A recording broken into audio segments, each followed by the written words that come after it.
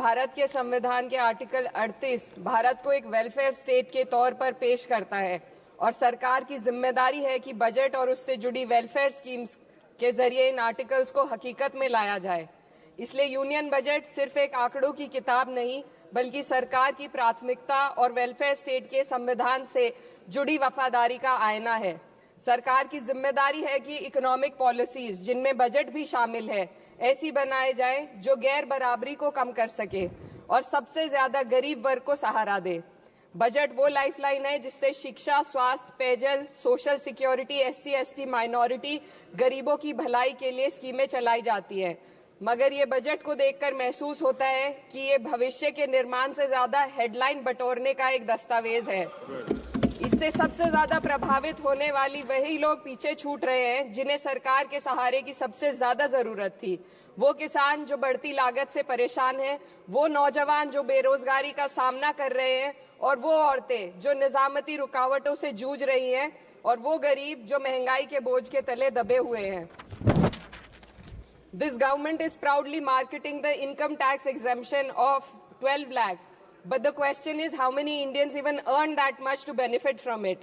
Only 2.2% of Indian population pays direct taxes, whereas no relief has been given in regards to indirect taxes, the burden of which falls on everyone, especially the poor and weaker section of the society.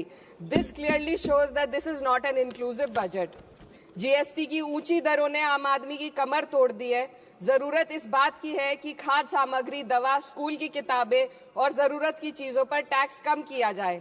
Petrol diesel पर tax कम करने की कोई कोशिश नहीं हुई, जिसका सीधा असर हर नागरिक पर पड़ता है।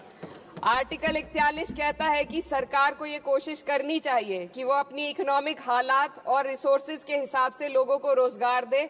इस बजट ने बेरोजगारी दूर करने की दिशा में कोई ठोस उपाय नहीं दिया है। नई नौकरियों की बात तो छोड़िए, जो पहले से थी वो भी खत्म होती जा रही हैं। स्किल डेवलपमेंट प्रोग्राम के नाम पर करोड़ों खर्च किए जा रहे हैं, मगर सवाल ये है कि ट्रेनिंग लेने के बाद कितने नौजवानों को असल में नौकरी मिल रही है। सरकार के पास इसका भी कोई आंकड़ा नहीं है। सरकारी विभागों में लाखों पद खाली हैं, मगर भर्ती का कोई प्लान नहीं है। आर्टिकल 45, जिसके द्वारा सरकार की जिम्मेदारी है कि हर बच्चे को 6 साल की उम्र तक फ्री और जरूरी तालीम मिले ताकि उनका बुनियादी तालीमी डेवलपमेंट सही से हो सके, जिसको संसद ने शिक्षा का अधिकार अधिनियम बनाकर और भी मजबूती दी थी, परंतु इसकी जमीनी हालत क्या है वो किसी से छुपी नहीं है। नगरीय क्षेत्रों में सरकारी स्कूलों में शिक्षक न होने की वजह से स्कूल बंद हो रहे हैं तथा दूरस्थ ग्रामीण क्षेत्र के स्कूलों में टीचर ही नहीं पहुंच पा रहे हैं। सरकार कह रही है कि डिजिटल इंडिया और AI से तालीम का इंतजाम होगा, मगर जरा जमीन पर देखिए, उत्तर प्रदेश में सिर्फ 22% सरकारी स्कूलों में कंप्यूटर है। मेरे संसदीय क्षेत्र कैराना में कई सरकारी स्कूल शिक्षक न होने की वजह से बंद हैं और मदरसा एजुकेशन के बजट में 57% की कटौती कर दी गई है।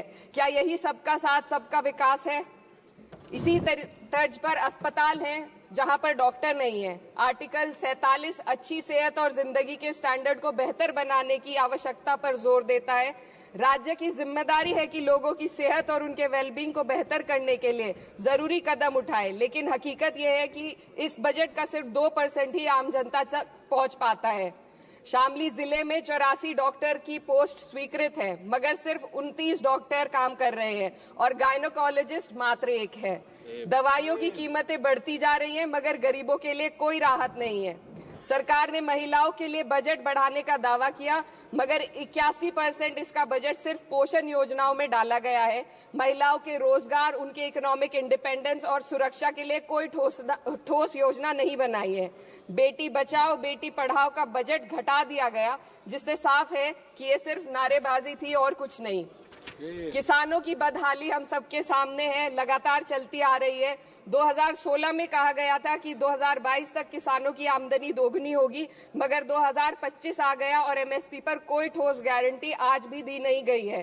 गन्ना किसानों का बकाया अब तक नहीं मिल पा रहा है, और तो और उत्तर प्रदेश में अभी तक गन्ना मूल्य भी तय नहीं किया गया है। DAP, यूरिया और खाद की कमी से परेशान किसान आज भी सड़क पर प्रदर्शन कर रहे हैं। मजदूरों के लिए जो सबसे बड़ी योजना मनरेगा थी, सरकार कहती है कि मनरेगा ग्रामीण भारत की रीढ़ है, मगर बजट में कोई भी बढ़ोतरी नहीं मिलना बहुत शर्मसार है। औसतन 44 दिन का ही रोजगार मिल रहा है, जबकि स्कीम 100 दिन की गारंटी की होती है। भारतीय रेलवे देश के लोगों की जीवन रेखा है और इसी से यहाँ के लोगों की आर्थिक एवं सामाजिक जिंदगी चल रही है। देश के हर हिस्से को रेल कनेक्टिविटी से जोड़े जाना सरकार की कल्याणकारी नीति का हिस्सा है। मेरे संसदीय क्षेत्र कैराना के रेलवे से जुड़ी 2 मांगे लंबे समय से लंबित हैं। दिल्ली शामली सहारनपुर रेल लाइन का दोहरीकरण और पानीपत शामली मेरठ लाइन का सर्वे अति शीघ्र ही कराए जाने की बहुत पुरानी मांग को बजट में शामिल किया जाना चाहिए। देश भर में बिजली की दरें बेहद असमान हैं। उत्तर प्रदेश में ये दरें बहुत ज्यादा हैं। देश भर में एक समान बिजली दरें लागू करने का प्रावधान किया जाए। रिवैम्प योजना में हर घर तक बिजली पहुंचाने के लिए एलटी लाइन बनाने का प्रावधान भी जोड़ा जाए। कृषि उपकरणों व खाद डीएपी को जीएसटी से मुक्त किया जाए।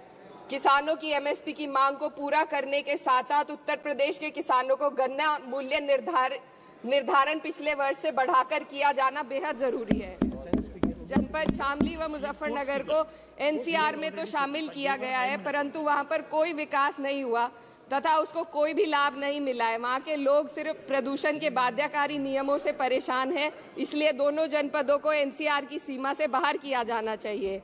मेरे संसदीय क्षेत्र में मैं कुछ चीजें बजट स्पीच में ऐड करना चाहती हूँ। एक, ट्रॉमा सेंटर और जिला अस्पताल के अपग्रेडेशन की भी मांग है।